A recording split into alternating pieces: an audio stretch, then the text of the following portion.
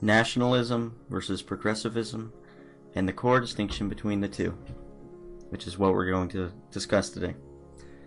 And as nationalists, we are trying to manifest the best possible future for our kin, as well as safeguard the legacy of our ancestors before us, who built the European nations.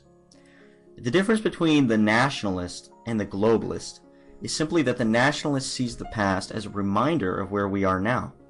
The globalist simply refuses to even care about their sacrifices or their ultimate dedication to civilization.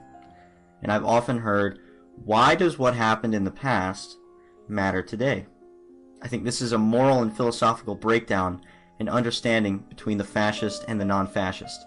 And I don't mean to say that the progressive is incapable of understanding that history affects the present.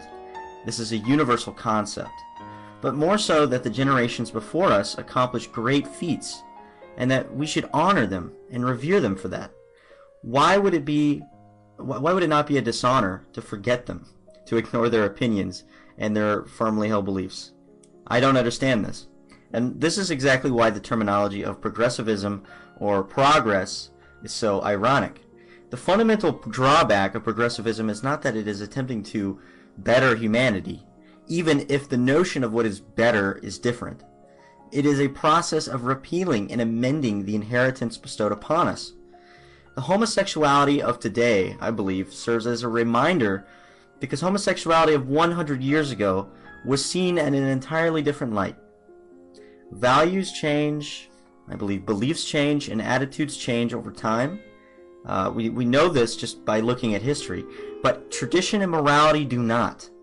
These are eternal, and even if so many people decide to turn their backs on our tradition, turn their backs on our inherited morality, they still exist. They are there. They're ideas, and you cannot kill ideas. You cannot kill the legacy of mankind. Right? Now, why would an entire population suddenly believe that one attitude is better than another? And I'm talking about traditionalism versus progressivism. If we were to ask an American from 1900, this would certainly be a sign of decadence and corruption. That's all it would be. The American from 1900 would see the world as Sodom and Gomorrah, the worst possible human existence. And it's that simple.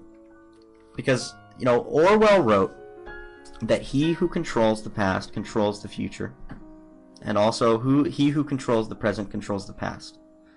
Now please, envision a world, fascists, where the world serves only to serve the present and the future instead of our human legacy.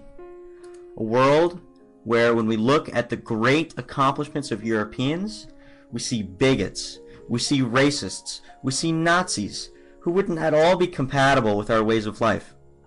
Perhaps, I do believe that the very men who built this nation, our founding fathers, the Europeans who created our systems of legalism and our systems of what would back then be considered to be liberalism, although that's another subject, that they would agree with us far more than the intellectuals of the present. Now remind yourself that culture today is not what culture was 200 years ago. That's very important, because culture of today does not reflect what people back then believed.